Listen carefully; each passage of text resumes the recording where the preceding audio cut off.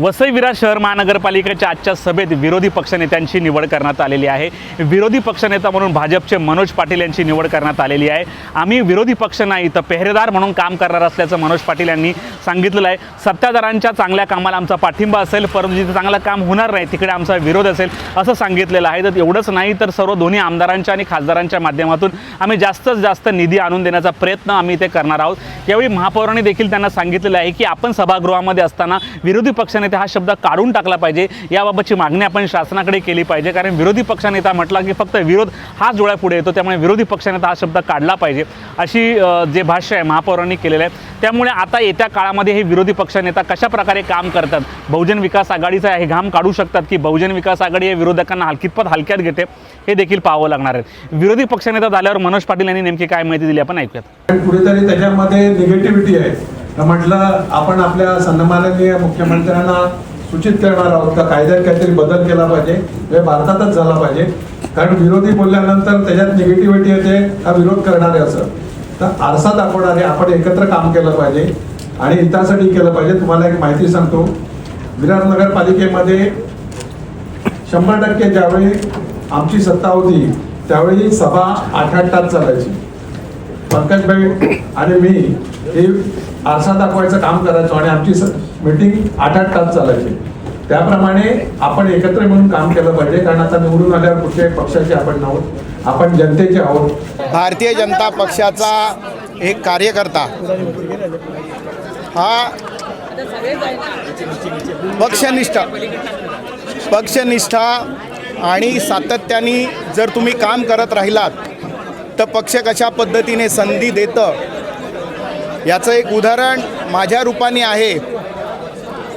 गेली 30 वर्ष अत्यंत कठीण परिस्थितीमध्ये या ठिकाणी भारतीय जनता पक्ष होता, परंतु सर्व कार्यकर्त्यांनी घेतलेली मेहनत, आदरणीय मोदीजींचं, देवेंद्रजींचं आणि आमचे सन्माननीय प्रदेशाध्यक्ष रवींद्र चव्हाण साहेब यांचं नेतृत्व यामुळे 2024ला विधानसभेमध्ये लोकसभेप्रमाणे परिवर्तन घडलं आणि महानगरपालिकेमध्ये आमचे 43 नगरसेवक निवडून आले आणि त्यानंतर या महत्त्वाच्या पदासाठी मला भारतीय जनता पक्षाने संधी दिली। त्याबद्दल भारतीय जनता पक्षाचे आमचे नेते आणि मुख्यमंत्री देवेंद्र फडणवीसजी, आमचे सर्वांचे कार्यकर्त्यांचं काळजी घेणारं नेतृत्व आमचे सन्माननीय प्रदेशाध्यक्ष रवींद्र चव्हाण साहेब, आमचे सन्माननीय खासदार सावरासाहेब, या ठिकाणचे दोन्ही आमदार राजनप्पा नाईक, स्नेहा दुबे,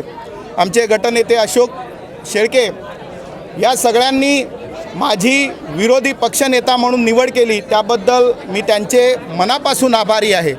आणि वसई विरारच्या हजारो कार्यकर्त्यांचं एक स्वप्न, या वसई विरारच्या महापालिकेत भारतीय जनता पक्षाचा आवाज असावा अशा पद्धतीचं स्वप्न होतं। ते आज स्वप्न साकार करण्याची संधी मला दिलेली आहे। वसई विरारमध्ये पहिल्यांदाच एक मोठा प्रबल असा विरोधी पक्ष गट तयार झालेला आहे। काय सांगाल आता हे कसे तुम्ही सत्ताधाऱ्यांना रोखणार आहे आणि काय करणार? वसई विरारच्या जनतेचे पहारेकरी म्हणून आम्ही या सभागृहात आलेलो आहोत। जे जे वसई विरारच्या हिताचं असेल त्या सगळ्यासाठी आम्ही सत्ताधाऱ्यांना संपूर्ण सहकार्य करू, परंतु जे वसई विरारच्या हिताचं नसेल, जनतेच्या विपरीत असेल, जनतेच्या अपेक्षेच्या विपरीत असेल, त्या सगळ्यांना आम्ही कडाडून विरोध करू।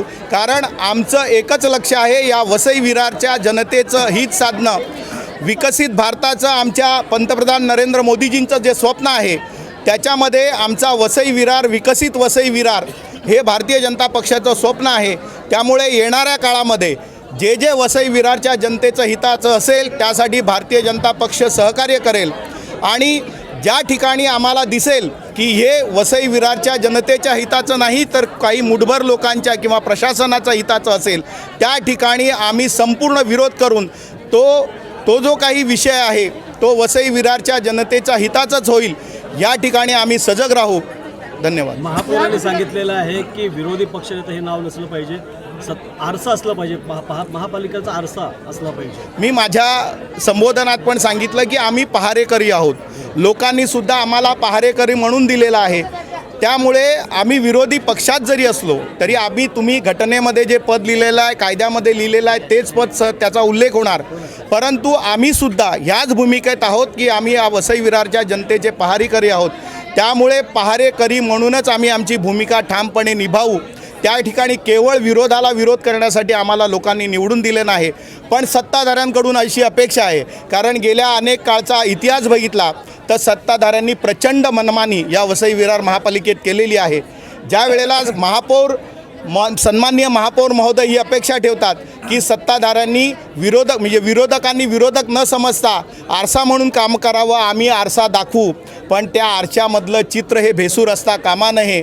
वसई विरार ज्या वेळेला सत्ताधारी पक्षाच्या सोबत जे विरोधी पक्षाचे नगरसेवक आहेत, जे पहारेकरी आहेत, त्यांच्यासुद्धा प्रभागातली कामं ही व्यवस्थित झाली पाहिजेत, त्यांनासुद्धा न्याय मिळाला पाहिजे. कारण आम्ही शेवटी जनतेचे प्रतिनिधी आहोत.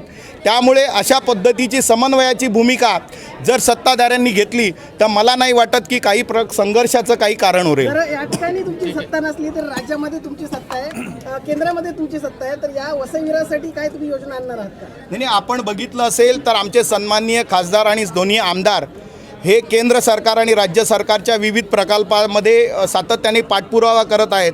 वसईचं टर्मिनस असेल, त्याच पद्धतीने 6 पदरीचा विषय असेल, ह्या सगळ्या रेल्वेचा आपण विरार रेल्वे स्टेशन असेल, वसई रेल्वे स्टेशन असेल, या ठिकाणचं अपग्रेडेशन असेल, हे केंद्र सरकारचे प्रोजेक्ट आहेत. त्याच पद्धतीने वाढवण बंधाराच्या अनुषंगिक जे काही प्रोजेक्ट आहेत ते केंद्र सरकारच्या माध्यमातून खासदार साहेब प्रयत्न करतात. आणि राज्य सरकारच्या माध्यमातून आपण आत्ता बघितलं जवळपास 2,500 कोटीहूनचे जास्तचे प्रोजेक्ट ह्या MMRDAच्या माध्यमातून वसई विरारमध्ये होत आहेत, ज्याच्यामध्ये 556 कोटी रुपये 2 ब्रिजसाठी मंजूर झालेले आहेत. अजून 2 ब्रिजचं टेक्निकल सँक्शन झालेलं आहे. त्यामुळे MMRDAच्या माध्यमात आणि राज्य सरकारच्या माध्यमातून जो वसई विरारसाठी निधी आणता येईल त्यासाठी आमचे दोन्ही आमदार सजग आहेत, खासदारही सजग आहेत. त्यामुळे वसई विरारच्या जनतेच्या हितासाठी आम्ही सर्वार्थाने काम करू. धन्यवाद.